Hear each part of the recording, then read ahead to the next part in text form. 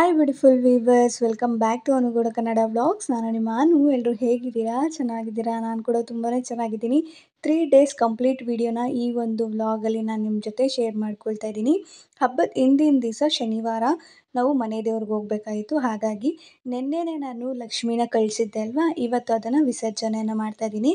ಇನ್ನೊಂದು ಸತಿ ಪೂಜೆ ಎಲ್ಲ ಮಾಡಿಬಿಟ್ಟು ಎಲ್ಲನೂ ನೀಟಾಗಿ ಎತ್ತಿಟ್ಬಿಟ್ಟು ದೇವಸ್ಥಾನಕ್ಕೆ ಅಂದರೆ ಮನೆ ದೇವ್ರಿಗೆ ಹೋಗೋಣ ಅಂತ ಹೇಳ್ಬಿಟ್ಟು ಬೆಳಗ್ಗೆನೇ ನಾನು ರೆಡಿಯಾಗಿ ಮನೆ ದೇವ್ರು ಅಂದರೆ ಮನೇಲಿ ಪೂಜೆ ಮಾಡಿ ಆ ನಂತರ ಲಕ್ಷ್ಮೀದು ಏನೇನಿತ್ತು ಅದನ್ನೆಲ್ಲ ನೀಟಾಗಿ ಎತ್ತಿಡ್ತಾ ಇದ್ದೀನಿ.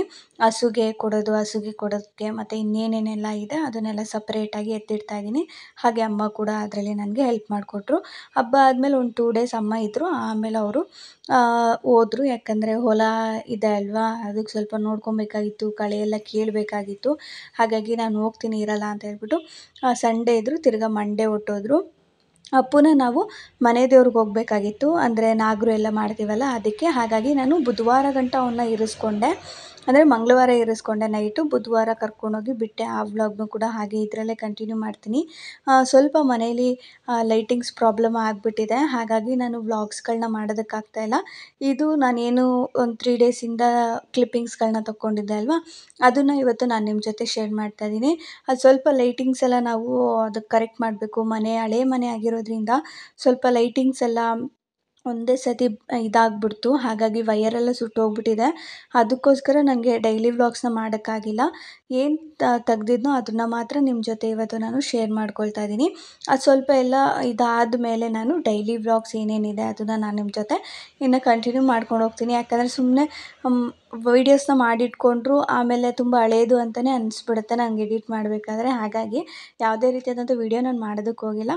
ಆ ಪ್ರಾಬ್ಲಮ್ ಎಲ್ಲ ಸ್ವಲ್ಪ ಸೊಲ್ಯೂಷನ್ ಆದಮೇಲೆ ನಾನು ಹಾಗೆ ಡೈಲಿ ವ್ಲಾಗ್ನ ಕಂಟಿನ್ಯೂ ಮಾಡ್ತೀನಿ.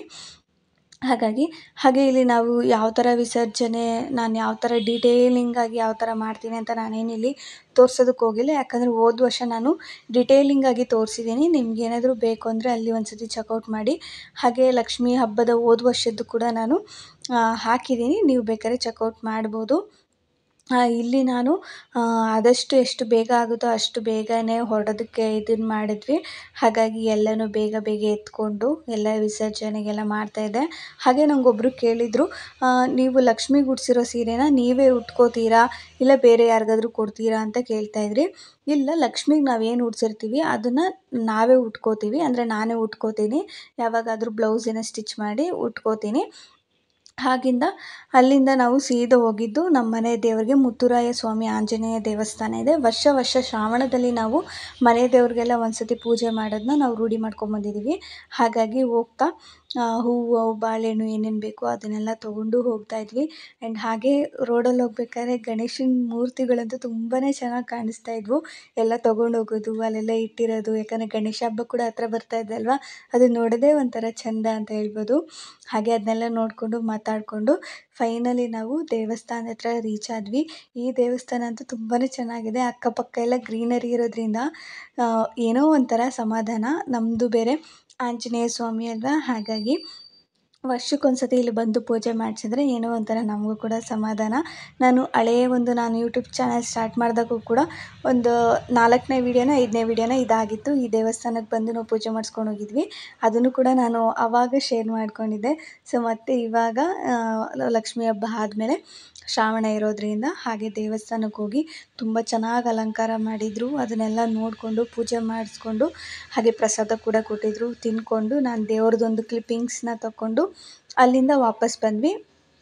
ವಾಪಸ್ ಬಂದ ಮೇಲೆ ನಾನು ಹಾಗೆ ನಿಮ್ಮ ಜೊತೆ ಇನ್ನೂ ಒಂದು ವಿಷಯನ ಶೇರ್ ಮಾಡ್ಕೋಬೇಕಾಗಿತ್ತು. ನೀವು ಕೇಳ್ತಾನೆ ಇದ್ರಲ್ಲ, ನೀವು ಇಂಗ್ಲೀಷ್ ಕ್ಲಾಸ್ಗೆ ಜಾಯ್ನ್ ಆಗಿ ಏನೇನೆಲ್ಲ ಕಲ್ತಿದ್ದೀರಾ, ಹೇಗೆ ಕಲಿತ್ರಿ, ನಿಮಗೆ work from home job opportunity ಕೊಟ್ಟರಾ ಅವರು ಅಂತ ಕೇಳ್ತಾಯಿದ್ರಿ. ನಾನು ಒಂದು ವೀಡಿಯೋದಲ್ಲಿ ಹೇಳಿದ್ದೆ, ಹೌದು, ನನಗೆ ವರ್ಕ್ ಫ್ರಮ್ ಹೋಮ್ ಜಾಬ್ ಆಪರ್ಚುನಿಟಿನ ಅವರು ನನಗೆ ಇವಾಗ ಕೊಟ್ಟಿದ್ದಾರೆ. ತುಂಬಾ ಖುಷಿಯಾಯಿತು. ಜಸ್ಟ್ ನನಗೆ ಟೈಮ್ ಸಿಕ್ಕಾಗ, ಅಂದರೆ 3 ಅವರ್ ಆಗಿರ್ಬೋದು, 6 ಅವರು, ಈ ಥರ ಟೈಮ್ ಸಿಕ್ಕಾಗ ಫೋನಲ್ಲೇ ನಾನು ಆ ವರ್ಕ್ನ ಕಂಪ್ಲೀಟ್ ಮಾಡಿ ಅವ್ರಿಗೆ ಸೆಂಡ್ ಮಾಡ್ತೀನಿ. ಇದರಿಂದ ನನಗೆ ಒಂದು ಸ್ಮಾಲ್ ಅಮೌಂಟ್ ಅರ್ನಿಂಗ್ಸ್ ಅಂತೂ ಆಗುತ್ತೆ. ಹಾಗೆ ನಾನು ಕೇಳಿದರೆ 100% ಈ ವರ್ಕ್ ಜಾಬ್ ಕೊಡ್ತಾರಾ ಅಂತ. ನೀವು ಯಾರ್ಯಾರೆಲ್ಲ ಇಂಗ್ಲೀಷ್ ಕೋರ್ಸ್‌ಗೆ ಜಾಯಿನ್ ಆಗ್ತೀರಾ, ನೀವು ಜಾಯಿನ್ ಆದಮೇಲೆ ನಿಮ್ಗೆ ಯಾವ ಥರ ಪ್ರಿಪೇರ್ ಮಾಡ್ತಾರೆ, ನೀವು ಯಾವ ಥರ ಕಲಿತೀರಾ, ಅದಾದಮೇಲೆ ನಿಮಗೆ work from home job opportunity ಕೊಡ್ತಾರೆ. ಇದರಲ್ಲಿ ಯಾವುದೇ ಥರ ಇನ್ವೆಸ್ಟ್‌ಮೆಂಟ್ ಅಂತೂ ಇರೋದಿಲ್ಲ. ಹಾಗೆ ನೀವು ಯಾರನ್ನೋ ಇನ್ನೊಬ್ರನ್ನ ಕರ್ಕೊಂಬಂದು ಸೇರಿಸ್ಬೇಕು, ಅವ್ರನ್ನ ಕರ್ಕೊಂಬಂದು ಸೇರಿಸ್ಬೇಕು, ಈ ಥರದ್ದೆಲ್ಲ ಇರಲ್ಲ. ನೀವೇನು ಕಲ್ತಿರ್ತೀರ ಅದ್ರ ಮಟ್ಟಿಗೆ ಅವರು ನಿಮಗೆ ಜಾಬ್ ಆಪರ್ಚುನಿಟಿ ಕೊಡ್ತಾರೆ. ಆರಾಮಾಗಿ ನೀವು ಮನೆಯಲ್ಲೇ ಕೂತ್ಕೊಂಡು ಹೌಸ್ ವೈಫ್ ಆಗಿರ್ಬೋದು, ಸ್ಟೂಡೆಂಟ್ಸ್ ಆಗಿರ್ಬೋದು, ಅರ್ನಿಂಗ್ಸನ್ನು ಮಾಡ್ಬೋದು. ಎಲ್ಲರಿಗೂ ಸಿಗುತ್ತಾ ಅಂದರೆ ಎಲ್ಲರಿಗೂ ಸಿಗುತ್ತೆ ಅನ್ನೋಕ್ಕೆ ನಾನು ಹೇಳಲ್ಲ. ಯಾಕಂದರೆ ಎಲ್ಲರಿಗೂ ಪರ್ಟಿಕ್ಯುಲರಾಗಿ ಸಿಗುತ್ತೆ ಅಂತ ಅವ್ರು ಏನು ನಂಗೆ ಹೇಳಿಲ್ಲ. ಯಾರು ಚೆನ್ನಾಗಿ ಕಲಿತು, ಯಾರು ಚೆನ್ನಾಗಿ ಇದನ್ನು ಮಾಡಿರ್ತಾರೋ ಅವ್ರಿಗಂತೂ ಕೊಟ್ಟೇ ಕೊಡ್ತಾರೆ ಜಾಬ್ ಆಪರ್ಚುನಿಟಿ. ನನಗಂತೂ ಕೊಟ್ಟಿದ್ದಾರೆ. ನನಗಂತೂ ಇದ್ರಲ್ಲಿ ತುಂಬಾ ಯೂಸ್ಫುಲ್ ಆಗಿದೆ. ಒಂದು ಅರ್ನಿಂಗ್ಸ್ ಅಂತ ಆಗ್ತಾ ಇದೆ ನನಗೆ. ಏನೋ ಸಣ್ಣ ಪುಟ್ಟ ಖರ್ಚಿಗಾದರೂ ಆಗುತ್ತೆ ಅಲ್ವಾ. ಸೊ ನಿಮ್ಗೆ ಇನ್ನೂ ಡೌಟ್ ಇದ್ದರೆ ಬೇಕಾದರೆ ತುಂಬ ಜನ ಅಲ್ಲಿ ಕಲಿತು ಜಾಬ್ ಮಾಡ್ತಾ ಇರೋರು ಕೂಡ ನನ್ನ ಕಮೆಂಟ್ ಸೆಕ್ಷನಲ್ಲಿ ಕಮೆಂಟ್ ಮಾಡಿದ್ದಾರೆ. ನೀವು ಬೇಕಾದ್ರೆ ಚೆಕ್ಔಟ್ ಮಾಡ್ಬೋದು. ನನ್ನ ಇನ್ಸ್ಟಾಗ್ರಾಮ್ ಪೇಜಲ್ಲೂ ಕೂಡ ಟ್ಯಾಗ್ ಮಾಡಿರ್ತೀನಿ ಕಮೆಂಟ್ಸ್ಗಳನ್ನ, ಅದನ್ನು ಕೂಡ ನೋಡ್ಬೋದು. ಹಾಗೆ ಇನ್ನೊಂದು ಏನಪ್ಪ ಅಂತ ಅಂದರೆ ನನಗೆ ನಿಮ್ಗೇನಾದರೂ ಇದ್ರ ಬಗ್ಗೆ ಬೇಕು, ಇನ್ಫಾರ್ಮೇಷನ್ ಬೇಕು ಅಂದರೆ ಖಂಡಿತವಾಗ್ಲೂ ಅವ್ರನ್ನ ಕಾಂಟ್ಯಾಕ್ಟ್ ಮಾಡಿ. ಆದರೆ ಸುಮ್ಮನೆ ಅವ್ರನ್ನ ಕಾಂಟ್ಯಾಕ್ಟ್ ಮಾಡೋದು, ಏನೇನೋ ಪ್ರಶ್ನೆಗಳನ್ನ ಕೇಳೋದು ಈ ಥರ ಎಲ್ಲ ಮಾಡಬೇಡಿ.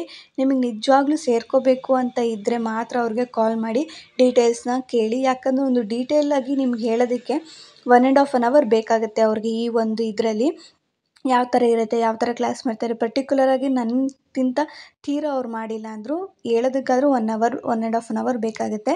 ಹಾಗಾಗಿ ನೀವು ಸೇರ್ಕೋತೀರಾ ಅಂದರೆ ಮಾತ್ರ ನೀವು ಕಾಲ್ನ ಮಾಡಿ ಅವ್ರ ಹತ್ರ ಎನ್ಕ್ವೈರಿ ಮಾಡಿ.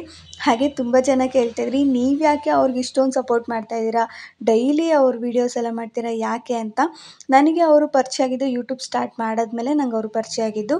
ಅದಾದಮೇಲೆ ನನಗೂ ಅವ್ರಿಗೂ ತುಂಬಾ ಒಂದು ಒಳ್ಳೆ ಕನೆಕ್ಷನ್ ಆಯಿತು. ನಾನು ಚೆನ್ನಾಗಿ ಇಂಪ್ರೂವ್ಮೆಂಟ್ ಆದೆ, ಇಂಗ್ಲೀಷ್ನ ಕಲಿತೆ. ಇವಾಗ ವರ್ಕ್ ಫ್ರಮ್ ಜಾಬ್ ಆಪರ್ಚುನಿಟಿ ಕೊಟ್ಟಿದ್ದಾರೆ. ನನ್ನಿಂದ ಅವ್ರಿಗೂ ಕೂಡ ಏನೋ ಒಂದು ಹೆಲ್ಪ್ ಆದರೆ ನನಗೂ ಕೂಡ ಖುಷಿ. ಅವರಿಂದ ನನಗೆ ಹೇಗೆ ಹೆಲ್ಪ್ ಆಗಿದೆಯೋ ನನ್ನಿಂದ ಅವ್ರಿಗೂ ಕೂಡ ಒಂದು ಹೆಲ್ಪ್ ಆದರೆ ಖುಷಿ ಅಂತ ಹೇಳ್ಬಿಟ್ಟು ನಾನು ಎಲ್ಲ ವೀಡಿಯೋದಲ್ಲೂ ನಾನು ಶೇರ್ ಮಾಡ್ಕೊಂಡಿದ್ದೀನಿ. ಹಾಗೆ ನಿಮಗೆ ಗೊತ್ತಿರೋ ಹಾಗೆ ನಾನು ಏನೇ ಒಂದು ಹೊಸದನ್ನು ಕಲಿತಾ ಇದ್ದರೂ ಅದನ್ನು ನಿಮ್ಮ ಜೊತೆ ನಾನು ಶೇರ್ ಮಾಡ್ಕೋತೀನಿ.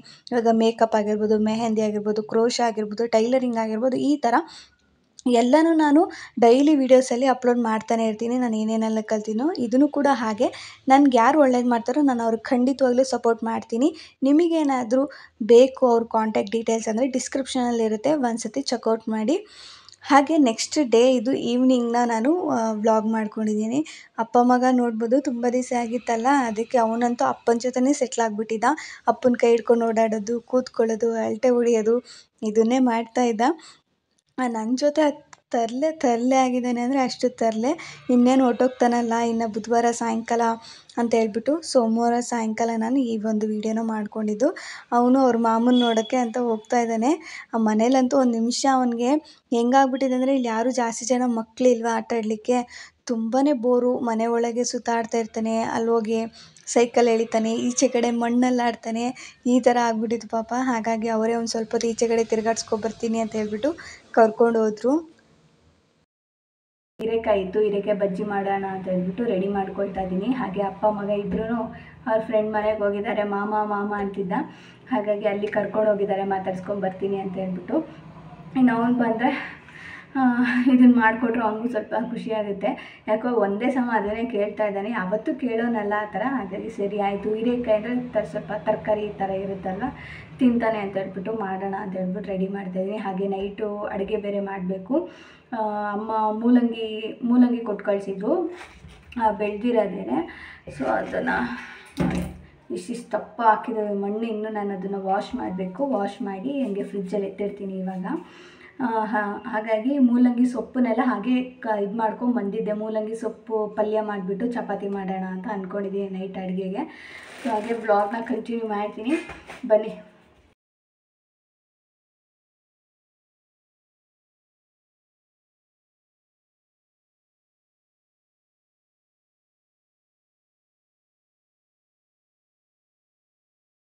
ಹಾಗೆ ನಾನಿಲ್ಲಿ ಬಜ್ಜಿಗೆ ಅಂತ ರೆಡಿ ಮಾಡ್ತಾಯಿದ್ದೆ. ನನಗಂತೂ ಹೀರೆಕಾಯಿ ಬಜ್ಜಿ ಅಂದರೆ ತುಂಬಾ ಇಷ್ಟ. ನಾನು ಪ್ರೆಗ್ನೆಂಟಲ್ಲಿ ಕೂಡ ಒಂದು ಸತಿ ಕೇಳಿದ್ನಂತೆ. ಅದು ಏನಂದರೆ ಹೀರೆಕಾಯಿ ಬದಲು ಏನೋ ಬೇರೆದೇನೋ ಕೇಳಿದ್ನಂತೆ. ನನಗದು ಹೀರೆಕಾಯಿ ಅನ್ನೋಕ್ಕೆ ಬರ್ದಿರ ಬೇರೆ ಏನೋ ಕೇಳಿದ್ದೆ ಅಂತ. ಇವಾಗಲೂ ಕೂಡ ಆಡ್ಕೊಂಡು ನಗ್ತಾ ಇರ್ತಾರೆ ಪ್ರೆಗ್ನೆನ್ಸಿಲಿ. ಸೊ ಅಪ್ಪು ಕೂಡ ಅಷ್ಟೊತ್ತಿಗೆ ಬಂದ ರೆಡಿ ಮಾಡ್ಕೊಂಡಾಗೆ. ಎಲ್ಲಿಗೆ ಹೋಗಿದ್ದೆ ಅಂದರು, ಅಲ್ಲಿಗೆ ಹೋಗಿದ್ದೆ ಅಂತ ಹೇಳ್ತಾ ಇದ್ದ. ಅಪ್ಪು ಇದ್ದಾಗಂತೂ ಟೈಮ್ ಹೇಗೆ ಹೋಗ್ತಾ ಇದೆ ಅಂತಲೇ ಗೊತ್ತಾಗ್ತಾ ಇರಲಿಲ್ಲ. ಅಷ್ಟು ಡೇಯಿಂದ ಸಂಜೆವರೆಗೂ ಬ್ಯುಸಿ ಅಂತಲೇ ಹೇಳ್ಬೋದು. ಆ ಕೆಲಸ ಮಾಡು, ಈ ಕೆಲಸ ಮಾಡು, ಇದನ್ನು ಮಾಡು, ಅದನ್ನು ಮಾಡು, ಆ್ಯಂಡ್ ಅವನ್ನ ನೋಡ್ಕೊ. ಆ್ಯಂಡ್ ಡೇ ಅಂತೂ ತುಂಬ ಬ್ಯುಸಿಯಾಗೇ ಇರುತ್ತೆ. ಆ್ಯಂಡ್ ಮಕ್ಕಳಿದ್ದಾಗ ಮಾತ್ರ ನಾವು ಎಷ್ಟು ಆ್ಯಕ್ಟಿವ್ ಆಗಿದ್ರೂ ಸಾಕಾಗಲ್ಲ, ಅಷ್ಟು ಬ್ಯುಸಿಯಾಗಿ ಅಂತ ಅನ್ನಿಸ್ತಾನೆ ಇರುತ್ತೆ. ಸೊ ಅವ್ನು ಬಂದ ಮೇಲೆ ಅವನಿನ್ನು ನಿಲ್ಲಲ್ಲ. ಟಿ ವಿ ಹಾಕಿ ಕೊಟ್ಟಿದ್ದೆ, ಆದರೂ ಅವ್ನು ನೋಡಲ್ಲ ಅಂತ ಹೇಳ್ಬಿಟ್ಟು ಬಂದ. ಸೊ ಎತ್ಕೊಂಡು ಹಂಗೆ ಬಜ್ಜಿನೂ ಮಾಡ್ತಾಯಿದ್ದೆ. ಹಾಗೆ ನಾನು ನೈಟ್ ಅಡುಗೆಗೂ ಕೂಡ ಪ್ರಿಪೇರ್ ಮಾಡ್ಕೊಂಡಿದ್ದೆ, ಎಲ್ಲ ಕಟ್ ಮಾಡಿ ಎಲ್ಲ ಇಟ್ಟಿದ್ದೆ. ಅವ್ನಿಗೆ ಬಜ್ಜಿ ಹಾಕಿ ಕೊಟ್ಬಿಟ್ಟು ಸ್ವಲ್ಪ ತಿನ್ನಿಸ್ಬಿಟ್ಟು ಆಮೇಲೆ ಅಡುಗೆ ಮಾಡೋಣ ಅಂತೇಳಿ ಹಾಕ್ಕೊಡ್ತಾಯಿದ್ದೆ. ಆ್ಯಂಡ್ ತಿರ್ಗಾ ಯಾಕೆ ಅಪ್ಪುನ ಕಳಿಸ್ತೀರಾ, ಇನ್ನೂ ಏನು ಕೆಲಸ ಇದೆ ಅಂತ ಕೇಳ್ತಾಯಿದ್ರಿ. ಆ ಕೆಲಸ ಅಂತ ಏನಿಲ್ಲ, ಬೇರೆ ಏನೋ ಪ್ಲ್ಯಾನ್ಸ್ ಇತ್ತು. ಹಾಗಾಗಿ ಅವನ್ನ ಸ್ವಲ್ಪ ದಿವಸದ ಮಟ್ಟಿಗೆ ತಿರ್ಗಾ ಅವನ್ನ ಅಮ್ಮನ ಹತ್ರನೇ ಕಳಿಸ್ತಾ ಇದ್ದೀನಿ ನೋಡ್ಕೊಳ್ಳೋದಕ್ಕೋಸ್ಕರ. ಆಮೇಲೆ ಅವನ್ನ ಕರ್ಕೊಂಡು ಬರ್ತೀನಿ. ಹೆಂಗೋ ಮ್ಯಾನೇಜ್ ಆಗುತ್ತೆ. ಅವನ್ನೇ ಅಂದರೆ ಅದು ಅಭ್ಯಾಸ ಆಗಿಬಿಟ್ಟಿದೆಯಲ್ಲ, ಆವಾಗಿಂದನೂ ಅವನ್ನ ನೋಡ್ಕೊಳ್ಳೋದು, ಕೆಲಸ ಮಾಡೋದು. ಸಡನ್ನಾಗಿ ಅವನಿಲ್ಲ ಅಂದಾಗ ಎಲ್ಲ ಆರಾಮಾಗಿ ನಡೀತಾ ಇರುತ್ತೆ. ಆದರೆ ಅವ್ನು ಬಂದಿದ್ದ ತಕ್ಷಣ ಹೆವಿ ಕೆಲಸ, ನಾನು ಹೇಳಿದ್ನಲ್ಲ ಬೆಳಗ್ಗಿಂದ ಸಂಜೆವರೆಗೂ ನಿಜವಾಗ್ಲೂ ಟೈಮ್ ಹೆಂಗೋಯ್ತು, ಹೆಂಗಾಯಿತು ಅಂತಲೇ ಗೊತ್ತಾಗಲಿಲ್ಲ. ಅಷ್ಟು ಬ್ಯುಸಿಯಾಗಿತ್ತು ಡೇ. ಹಾಗಾಗಿ ಇನ್ನೇನು ಮಾಡೋದು, ಅದಕ್ಕೋಸ್ಕರ ಸ್ವಲ್ಪ ದಿವಸ ಅಲ್ಲಿರಲಿ, ಆಮೇಲೆ ಬರಲಿ ಅಂತ ಹೇಳ್ಬಿಟ್ಟು ಸುಮ್ಮನಾದೆ.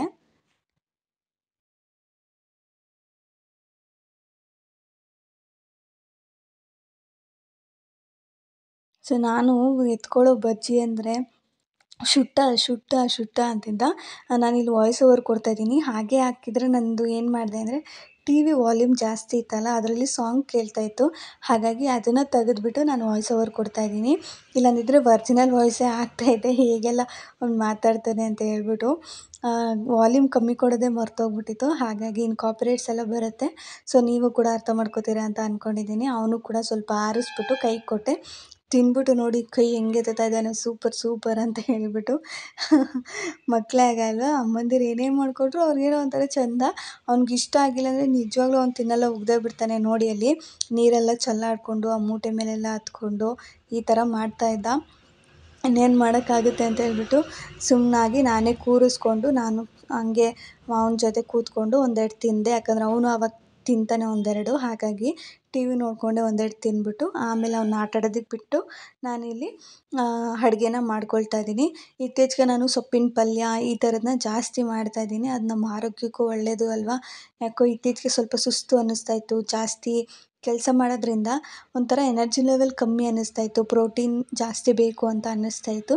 ಹಾಗಾಗಿ ಇವಾಗ ಸೊಪ್ಪಿನ ಪಲ್ಯಗಳು, ದೋಸೆ, ಗೋಧಿ ದೋಸೆ, ಆಮೇಲೆ ಚಪಾತಿ, ರೈಸ್ ಐಟಮ್ಸ್ ಆದಷ್ಟು ಕಮ್ಮಿ ಮಾಡಿ ರಾಗಿ ಅಂದರೆ ಮುದ್ದೆ ಈ ಥರದನ್ನ ಮಾಡ್ಕೊತಾ ಇದ್ದೀನಿ.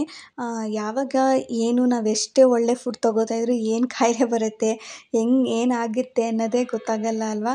ಹಾಗಾಗಿ ಆದಷ್ಟು ನಮ್ಮ ಕೈಲಿ ಎಷ್ಟಾಗುತ್ತೋ ಅಷ್ಟನ್ನು ನಾವು 1 ಟೈಮು 2 ಟೈಮು ನಾವು ಬಗೆ ಮಾಡೋಕ್ಕಾಗಿಲ್ಲ ಅಂದರೆ ಅಟ್ಲೀಸ್ಟ್ ಒಂದನ್ನೇ ನೀಟಾಗಿ ಮಾಡಿ ತಿನ್ನೋಣ ಅಂತ ಹೇಳ್ಬಿಟ್ಟು ಇವತ್ತು ನಾನು ಪಲ್ಯನ ಮಾಡಿದ್ದೆ. ಇದು ತುಂಬಾ ಚೆನ್ನಾಗಿತ್ತು. ನಾನು ಎಲ್ಲೋ ವೀಡಿಯೋದಲ್ಲಿ ನೋಡಿದ್ದು, ಇದು ಕೂಡ ಸೊಪ್ಪಿನ ಪಲ್ಯ ತಿಂತಾರೆ ಅಂತ ಹೇಳ್ಬಿಟ್ಟು. ನಂಗೆ ಅದಕ್ಕಿಂತ ಮುಂಚೆ ಗೊತ್ತೇ ಇರಲಿಲ್ಲ. ಸರಿ ಆಯಿತು, ನಾನು ಕೂಡ ಟ್ರೈ ಮಾಡೋಣ ಅಂತೇಳಿ ಟ್ರೈ ಮಾಡಿ ಚಪಾತಿ ಮಾಡೋಣ ಅಂದೆ. ಅವರು ನೋಡಿದ್ರೆ ಪ್ರವೀಣ್ ಅವರು, ಚಪಾತಿ ಬೇಡ ನನಗೆ ಇವಾಗ ನೈಟ್ ಹೊತ್ತು ತಿನ್ನೋಕ್ಕಾಗಲ್ಲ, ಗೋಧಿ ದೋಸೆ ಹಾಕ್ಬಿಡು ಅದು ಚೆನ್ನಾಗಿರುತ್ತೆ ಅಂತ. ನಮ್ಮ ಮನೇಲಿ ಎಲ್ಲರಿಗೂ ಫೇವ್ರೇಟು ಗೋಧಿ ದೋಸೆ, ಇನ್ಸ್ಟೆಂಟ್ ದೋಸೆ ಅಂತಲೇ ಹೇಳ್ಬೋದು, ತುಂಬಾ ಚೆನ್ನಾಗಿರುತ್ತೆ. ಹಾಗಾಗಿ ನಾನು ಇದರಲ್ಲಿ ಪ್ಯೂರೀಸ್ ಏನೂ ಹಾಕಿ ಮಿಕ್ಸ್ ಮಾಡಿಲ್ಲ, ಜಸ್ಟ್ ಹಾಕಿ ಕಲಿಸ್ಬಿಟ್ಟು ಹಾಕಿದ್ದೀನಿ. ಸೊ ಇವತ್ತಿನ ನೈಟ್ ಊಟ ಕೂಡ ತುಂಬಾ ಚೆನ್ನಾಗಿತ್ತು, ಲೈಟಾಗಿ ಕೂಡ ಇತ್ತು. ನೈಟ್ ಹೊತ್ತು ತುಂಬ ಜಾಸ್ತಿ ಊಟ ಮಾಡಬಾರ್ದು, ಲೈಟಾಗಿ ತಿನ್ನಬೇಕು ಅಂತ ಹೇಳ್ತಾರಲ್ವ. ಹಾಗಾಗಿ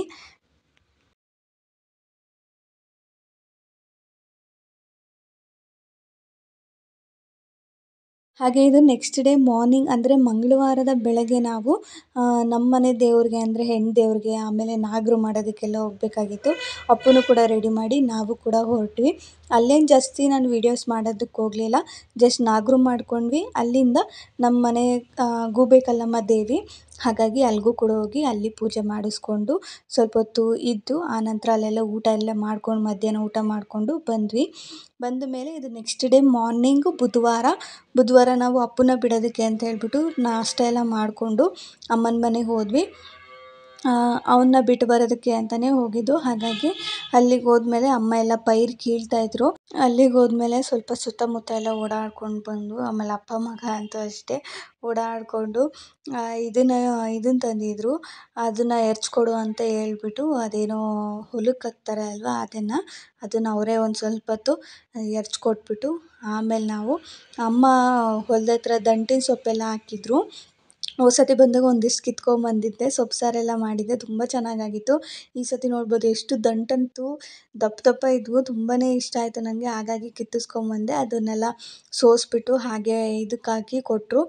ಅಪ್ಪನ ಅಲ್ಲಿ ಬಿಟ್ಬಿಟ್ಟು ನಾವು ಸೀದಾ ಮನೆ ಹತ್ರ ಬಂದ್ವಿ.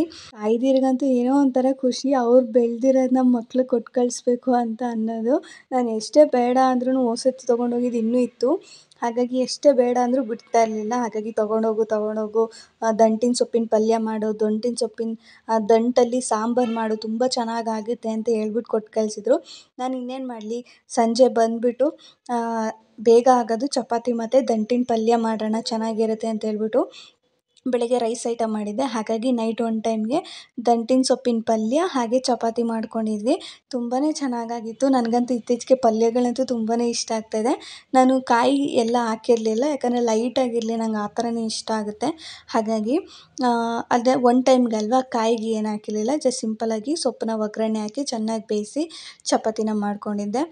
ನೈಟ್ ಊಟ ಕೂಡ ಮುಗಿಸ್ಕೊಂಡ್ವಿ. ಹೋಪ್ ಇವತ್ತಿನ ಕಂಪ್ಲೀಟ್ ವಿಡಿಯೋ ನಿಮ್ಗೆ ಇಷ್ಟ ಆಯಿತು ಅಂತ. ಇಷ್ಟ ಆಗಿದರೆ ಚಾನಲ್ನ ಸಬ್ಸ್ಕ್ರೈಬ್ ಮಾಡ್ಕೊಳ್ಳಿ, ಹಾಗೆ ಮರೀದಂಗೆ ಬೆಲ್ ಬಟನ್ ಕ್ಲಿಕ್ ಮಾಡಿ.